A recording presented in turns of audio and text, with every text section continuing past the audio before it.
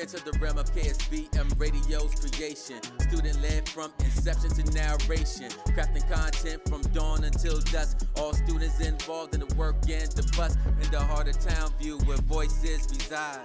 Student-led discussions where ideas collide. From interviews with leaders, peers, and businesses. Just watch us work, creating innovative content. Every aspect managed with student finesse. From podcast production to social media press. No task too daunting, no challenge too grand. KSBM Radio, we taking a stand. KSBM Radio, students leading the way. Every task idea, we seize the day.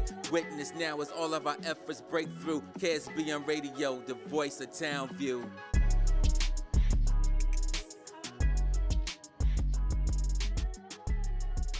Come closer to the music. Broadcasting live from Marvin E. Robinson School of Business and Management, Dallas, Texas. My radio station. We are KSBM Radio, the voice of Townview. Hello, everyone, and welcome to KSBM Radio, the voice of Townview. I'm Des, joined by my co-hosts, Santi, Jade, Juan. And today we continue our SBM 50 and TMC 30 alumni series, where we celebrate graduates who once sat in the same classrooms we do now. Our guest, Mr. LaMarcus Martin, a proud graduate of the Health Magnet, class of 1997. After high school, he served 10 years in the U.S. Navy, including time living in Italy and traveling the world. Following his service, he earned degrees in radio, TV, and film, communications, and public relations, and today he works as a creative media designer with the Texas Department of State Health Services. Mr. Martin, welcome back to Townview. We're excited to hear your story today and lessons you want to share with us. Is there anything you'd like to share to our listeners before we start? First of all, just thank you for inviting me. It's almost surreal coming back to the campus. I graduated in 1997, so just to see the students, you guys, you ladies, to look at this studio, this looks amazing. To see what you guys are doing, I'm very impressed. Just excited to help out and support. Okay. With that being said, we'll move on to our first question, which is, why did you choose the High School of Health Professions, and what made it the right choice for you? I chose the High School for Health Professions because at the time, outside of my neighborhood high school, it seemed to be a place that would present a challenge to me and just offer me an opportunity to be exposed and be around people and ideas that otherwise I wouldn't be around in my own neighborhood. And when you think back to your time at High School Health Professions, what is one memory that stands out the most? One memory that stands out the most is I actually met my wife here. I met my wife here in 9th grade. I met my wife, and when I first saw her, I told a friend of mine, and the friend, I still know him to this day. His nickname was Doughboy. That's what we called him in high school, right? Because he's a little weight on, so we called him Doughboy. So I said, Doughboy, that's gonna be my wife. Ooh. And he just started doing what you're doing right now. He's like, what? Get out of here. And she ultimately became my girlfriend. And this year we'll be married 28 years. Whoa. You was in it to win it. I was in it to win it, man. Yeah. But other than that, there was also a sense of unity here at Townview. And so that's something that stands out. The culture, the people, and just a place to have an opportunity to sort of grow and just foster these ideas that I kind of have now. Well, that's really interesting. But what was the culture of high school back then, and not all of Townview as well? So Townview happened in my 11th grade year. So when we all sort of formed together from all the other school districts across the ISD or the other magnet schools, it was a very competitive sort of environment, also supportive, because you have all of these magnet schools coming together. You have like law, you have business, you have science, and you have us health, and you have, I think, education or something like that. So it was very competitive. It was like, our school is the best, our school is the best. And so over time, we sort of transitioned that level of competitiveness to like a unity. Like we're all diverse and we're all different. And so for me, it was just a great culture that I remember the best here at Townview. I think that's still the way it is now. We still there's still very much like the competition between schools, but then you see students from different schools work together and have something happen from that. Absolutely. So you said you graduated in 1997. What was the most memorable thing that you can remember in senior year? Senior year, the biggest thing I think I can remember is like the anticipation. Like I've been to school. I've from kindergarten to pre-K to 97 at the time to my senior year. So I was just highly anticipated to like I'm about to step out into the world. Like whatever that means. Is it college? Do I get a job? And so for me, the biggest thing about 97 or my senior year was this is the year of anticipation. Like, oh man, like what's next? I'm ready. I'm ready to tackle the world. That was the main thing that really stands out my senior year. Yeah, I kind of feel the same right now. Yeah, yeah, I bet. But it was a great feeling because it was really like the start of something. And honestly, Townview sort of created that space for me to sort of like leapfrog the rest of my life up until today. So it was a great time. After the School of Health Professions, you went to the U.S. Navy. What led you to that choice? So what led me to the U.S. Navy right after high school is because honestly, during high school, I never had any preparation for college. Like I come from a background in a household, low income neighborhood, single parent household. And so growing up, I didn't really have the exposure to college, like going on college tours, taking a SAT, taking a PSAT. So honestly, the military at the time, it just seemed like the only opportunity I could take advantage of at the moment to sort of like leave the area and be exposed to even more things. And then through the military, that's when I had an opportunity to go to college and further my education. In the U.S. Navy, you just said you went all over. So we actually want to ask, you traveled and visited many countries around the world. What has been the biggest lesson you learned from moving around through all these places? The biggest lesson or the biggest takeaway is probably embracing other cultures and realizing we can all exist together. We all come from different backgrounds. We all speak different languages. We all have different religious preferences, just different backgrounds. And so the biggest thing for me in the military, it just allowed me to actually go out and be exposed to these countries and places that I either read about or I saw on TV. And it kind of just put me in that time. And how did you learn that lesson? Like what were the steps or what experience led to that? Honestly, just from being outside, as you guys say, you gotta go outside, you gotta be outside. So honestly, the biggest thing is just being outside. And I give you an example. I lived in Italy for like 6 years, and the best thing I could have done was so you get an opportunity. I had an opportunity to live on base or live off base. And so I chose to live off base into the Italian community. And so that was the best experience I had. I didn't speak Italian.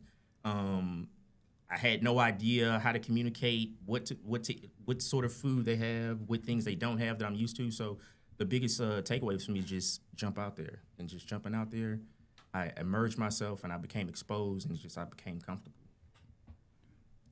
I have a follow-up question. So you traveled to other countries after that. So what made you make that choice after taking that leap of faith, kind of? So initially, after taking that leap of faith, it kind of allowed me to realize that anything's possible. Like beyond Townview, the furthest I've ever been was probably like Oak Cliff. I lived in West Dallas, so West Dallas to Oak Cliff, that was the furthest I've ever been in my life at that point. And so now you're telling me I'm joining the Navy and I'm getting on a ship and I'm sailing around the world, or I'm living in Italy.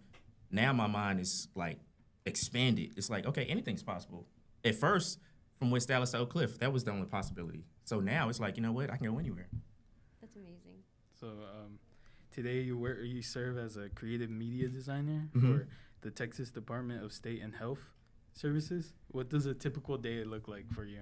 My role is in communication, and it varies from graphic design, video editing, photography, graphic animations, and things like that. So every day is different. I work on different initiatives and different projects. For example, a couple weeks back, measles was on the rise here in Texas. So I created a lot of material such as flyers, brochures, small, YouTube reels and things like that to sort of just give the public awareness about measles and how to protect themselves. And how did you get into that department? What was the story getting into that? So the story of getting into sort of like the creative world was after I finished the military, I moved to Austin. Me and my wife, we moved to Austin, and I started utilizing my GI Bill where they pay for college. And while going to college, it was just a general studies sort of degree plan.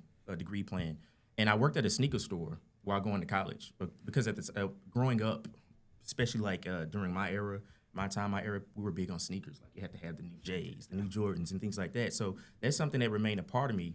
up until today, but now it kind of transitions to cowboy boots that we talked about earlier, right? Yeah. And so I worked at this sneaker store, and while working at this sneaker store, they had a videographer, and I thought it was the coolest job. He would use his camera, he would film shoes, celebrities and things like that would come to the store. I would watch him create these video pieces about celebrities and what they're wearing, and he would talk to celebrities. And to me, that was like super exciting. I was like, man, I want to do something like that. And honestly, between what I was doing and what I thought he was doing, his job looked super easy. It's like, you know what, I need an easy job like that, and it looks cool. And over time, I just sort of transitioned my degree plan to communications, radio, television, and film. And while working at that store, I got with him while doing my job, and on my own, I sort of shadowed him on different projects he was working on outside of my job, and it just became a passion. Can you tell us some stories when you were shadowing? Yeah. As you know, I live in Austin, so there's a big festival. It's the South by Southwest festival that happens every year around April time. So the first week of it, it's it's film based. The second week of it is music based. And the store that I work for, it's a pretty popular, I think it still is, but it was a pretty popular brand in a store at the time. And so a lot of celebrities, and we were right off the drag off 6th Street where a lot of things happen. So a lot of celebrities would come in and out the store. And I was able to meet, at that time, Kendrick Lamar, before he became the Kendrick Lamar who he is right now. Let's see, Lil Wayne, Kevin Gates. And this is before these guys are who they are now. They were still popular back then, but just the ability to meet all of these guys through their passion of like sneakers and the sneaker culture. And at the same time, I'm watching this videographer sort of like just, talk to them, interview them, like you're interviewing me. And just being a part of that process was really cool. And it kind of fueled me to kind of keep going and doing what I'm doing right now. You got your OG ticket to these artists. You could just absolutely, man, absolutely. And honestly, being sort of like at the ground level at that point, I was able to sort of like rub shoulders with, people of their entourages and things like that. So I built relationships, maybe not with certain artists, but I built relationships with their, road managers or their merchandise managers and things like that. And one artist, I'll say I met him, but I built a relationship with someone in his camp. Have you ever heard of YG? He's an artist from LA, but I met someone through him, and we built a relationship. And so I don't know, I just have relationships not with certain artists, but I have relationships with people they know or people that work directly like in their sort of like movement. Were you gonna ask a follow-up? Yeah, I was gonna ask. So what initial challenges or obstacles did you face when you first transitioned into the communications major? Some of the options, some of the challenges mostly were like in my head, not really challenges that existed outside of my mind. For me, the challenges were, man, can I do this? What if I don't pass? Or what if this doesn't work out? What other job or what other degree plan can I do? And at the time, the Navy was actually paying for my college tuition, so they have their own sort of like restrictions and guidelines that I have to maintain in order for them to continue to pay for my classes. So for me, it was just the challenges that existed within my head, like, can I do this? Or what if this doesn't happen? And pretty quickly, I just overcame that because there were all just mental barriers that I just kind of broke through on my own. Thank you. So moving on from your path after graduation, what advice would you give current Townview students about making the most of their time here? Don't take it for granted. You guys are doing that right, ladies and guys. You guys are doing this right now with this class that you're doing, this cluster. This is so cool. This is so dope. I wish I had this opportunity in 1997. But also, don't take it for granted, and surround yourself with different people. Like, jump outside. Do the things that are uncomfortable, and over time they will become comfortable. So that's something that I would sort of say to you guys: kind of just keep going, keep pushing, and make yourself comfortable with the uncomfortable. So I have a question. So, what advice can you tell students how you can help them pursue global careers or leadership roles? The cool thing that you guys have right now that I didn't have is the internet. And so with the internet, I mean, you literally have the internet at your fingertips, at your phones. That's a way to sort of search for resources, local events that are happening. What about local groups, local programs, local nonprofits? Just like really submerge yourself into whatever it is that you're interested in. And the more you submerge yourself into it, the more you become sort of like available to the opportunities that exist. And for example, what if I just think to myself, you know what, I wanna lose weight, which I do need to lose weight, but what if I just think that while I'm sitting on my couch versus, you know what, let me go outside, let me take a walk. Next thing you know, that walk turns into, you know what, I can run down the block one time. And that one block run could turn into 2 blocks. And while I'm running those 2 blocks, I meet someone else who's walking. Oh, you know what, now I got a friend and we're walking together. So just kind of just making yourself available and making yourself comfortable with the uncomfortable. Did you ever apply that? Anytime during your career, do you ever feel like, oh, I did this because I stepped out, or I wouldn't have done this if I hadn't have stepped out? Absolutely. And so there are like several projects that I have at work that initially public health didn't really draw my interest. Like, I don't know if this is going to be interesting to make videos or products about public health. But I started to challenge myself and I started to think of ways how to make it more engaging, how to make it cool, how to make people outside the known demographic to like, you know, to enjoy it. So just always thinking outside the box and sort of just challenging myself with different projects. How can I make this better than the last project? How can I push myself to stretch my knowledge to even further than it was before? And you said you were Austin. Obviously, we're in Dallas, so we don't know that much about Austin. So we just want to ask, what's the culture like at Austin? What's Austin like? Surprisingly, Austin's culture is very diverse and different. And honestly, I've heard this, and and to me, I think it's pretty true. You have Texas, and like the culture of Texas, and the politics of Texas, the thought process of Texas, and then you have Austin. Austin is the complete opposite. Austin is, in my opinion, from my experience, much more diverse, much more just cultural. Like you have the Mexican culture, you have Black culture, you have different religions, you have it's just a melting pot, and I think that comes from just the UT, the college campus being there. That's sort of a hub, and so you have people from all over the world attending that campus and people that support that campus in various ways, and so it's just multicultural. So I have a question. It's more future-based, but where do you see yourself in about 10 years? Man, where do I see myself in 10 years? 10 years, so I'm 46 right now, and to y'all, that's probably like, oh man, he's old. But no, you're young and beautiful. So my wife and I, our daughter is she's 23. I have a son that's 16, so he's a junior right now in high school.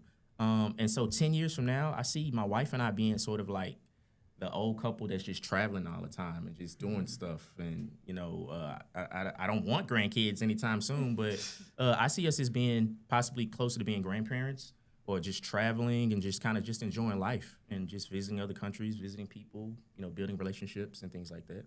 What are some spots you wish to visit? Some places that I wish to visit. Let's see. I would being in the military, I kind of visited a lot of places already. One place that I want to visit that I just visited with my wife, we went to Turks and Caicos.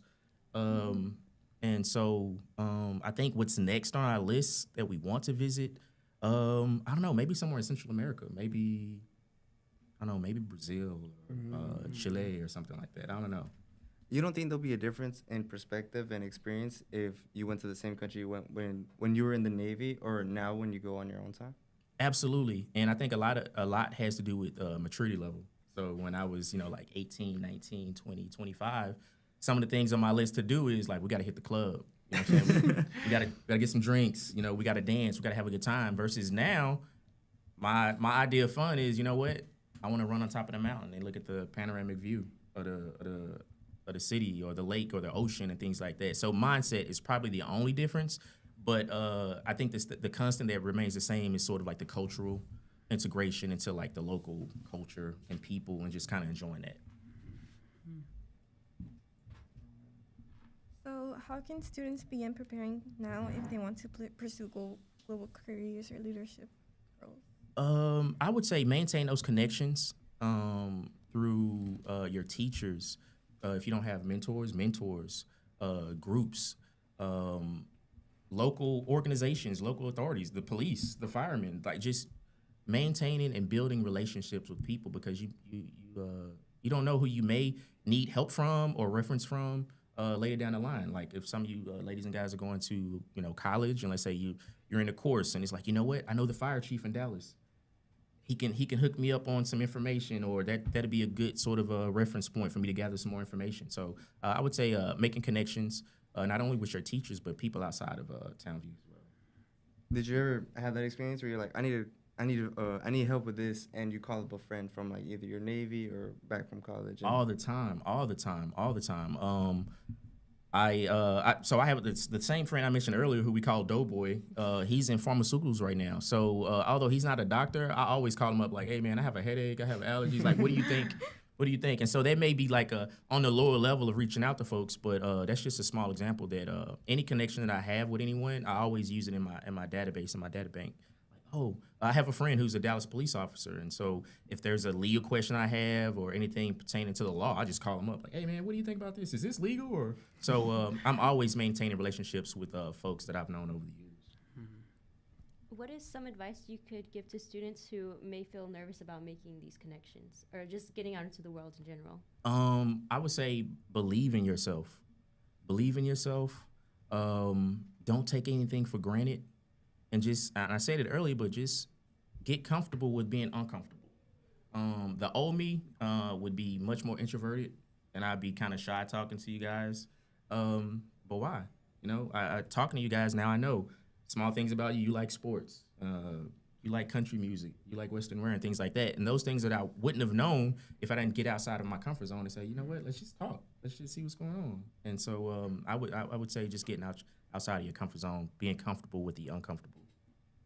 And you just mentioned it right now about the country, so I just wanted to ask you a little bit more. Like, in Austin, was that a big thing, or did you ever experience that too in the Navy, that country feeling? Absolutely. So Austin is, I don't know if you know it or not, but Austin is considered the live music capital of the world, and I think it has a lot to do with South by Southwest. I'm not sure if that's before South by Southwest or after South by Southwest happened, but Austin is considered the live music capital of the world. So you can literally be walking down the street and you can always hear just live music, whether it's coming from a club, a bar, a speakeasy, or just a small shop. Like, there's music always happening.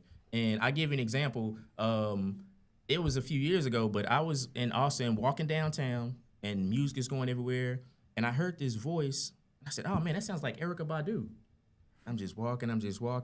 And I walked by this sort of coffee shop, and it's Erykah Badu and Method Man from the Wu-Tang Clan dancing on a regular table people are drinking coffee from, and they're just dancing and singing. And so I was like, what? That's crazy. But yeah, that's just an example that, Austin is the live music capital of the world. And as far as country music, we're in Texas, so country is always going on. Always. So yeah. Can you tell us some of your favorite artists or? Morgan, obviously, he's like at the top of my list. I like Luke Combs. Zach Bryan is my favorite artist. As far as country music is concerned. And then old school, George Strait, some of the old school country guys. New school, I guess Shabuzi. I like kind of what he does with country music, but typically anything that Zach Bryan does, I'm like on it. It's on my Apple, playlist all the time. Any concerts? Have you ever been to any concerts? Oh, can you just tell us a little bit more about that live music experience? Because we don't really have that here. We do have artists that come into Dallas a lot, but I don't think I've ever experienced that same feeling for just live music all over Dallas. So concert wise, one of the probably best concerts that I've attended is I don't know, you guys ever heard of Prince?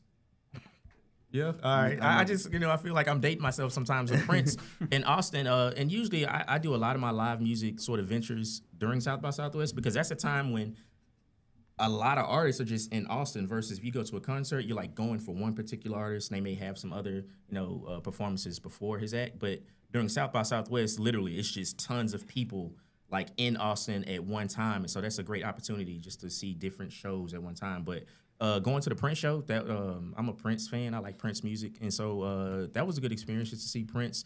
And one thing about music, whether it's country music, whether it's R&B, whether it's hip hop or whatever, it's a great sort of like bridge for people and cultures. Like you don't have to be a white guy to listen to country music. You don't have to be a black guy to listen to hip hop. So to me, music is like a great place for everybody to sort of come and break bread together. Did you always start like that? Did you always start with did you grow up with country, or did you have to ease into it, or were you like put on by someone, or just all music? So growing up, my grandfather, he would listen to country, but as I mentioned earlier before we started the pod, like I thought it was corny. He used to wear cowboy boots. He wore this old straw hat, this old Wrangler shirt, and I was like, it's kind of corny. I don't even want my friends to see this dude. Like, this is crazy. But over time, I just appreciated that. And when I got into the military, that really submerged me into like a place where I was able to meet with people not from Dallas. I met with people from, Wisconsin, North Dakota, West Virginia, and things like that. And they were bringing their cultures of music to me, and I was able to bring my cultures of music to them. So I also would sort of give credit to joining the Navy, giving me an opportunity to listen and embrace other genres of music. So you said you joined the Navy. Would you recommend any seniors that are unsure of what? Yeah, and you know what? That's so funny. So if you would have asked me this question, I don't know, maybe 5 years ago, I'd probably say no. I'd probably say no. Go to college. Go to college. Get you a college degree. Go to trade school, which are still great opportunities and things that I would recommend. But if someone were to ask me, hey, should I join the military? I would say yes. I would sort of weigh out your reasoning. Why do you want to join the military? The reason I joined the military is because I didn't apply for any colleges, so I didn't have any scholarships, and I didn't really know how that process will work. And so joining the military at that time, it just allowed me an opportunity to just leave Dallas and travel and do something. But while in the military, I learned about college, and they were able to pay for my associate's degree, my bachelor's degree, and my master's degree. And honestly, at some point, they're probably going to pay for my PhD. So lastly, we want to ask you a signature question for the series, and it's, if you could go back and give advice to your high school self at Townview, what would you say? I would say believe in yourself. Believe in yourself. Just keep going. Don't stop. And get outside of your head, because a lot of times all your challenges are right here in your head, and you just assume that they're challenges when they're really not. And I would also say surround yourself with people that are like-minded or you want to grow from. I never want to be in a situation to where I'm the smartest person, or I got the most money, or I just have the most input to say. I would rather be in spaces to where I can learn about you, and you can tell me about you, and hopefully I can take some of those things and apply it to my own life and make me a better person. So overall, just kind of believe in yourself. Surround yourself with people that you either want to be like, that you can learn from, or you can grow from. All right, well, that was all the questions we had. I think this is a really good interview. So I just wanted to say thank you, Mr. Martin, for sharing your journey with us today, from your years of health management to your service in the Navy and your career in media and design. Your story shows the many paths that Townview Education can open, and your words give today's students motivation to take advantage of every opportunity and to obviously believe in yourself. And to our listeners, thank you for joining us for this SBM 50 and TMC 30 Alumni Series. Each conversation reminds us of the powerful legacy of Townview and the impact our graduates continue to make. Be sure to follow us on social media and subscribe so you don't miss the next episode.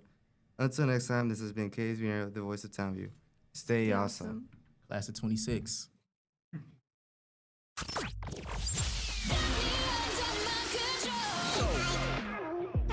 Thank you for listening to KSBM Radio, the voice of Townview. My radio station. We hope you enjoyed the great content and great discussion, all from a student's perspective. Make sure to follow us on Twitter for the latest updates at KSBM_TVT or on Facebook at KSBM Radio. Add them on Facebook. Check them on Facebook. Take care.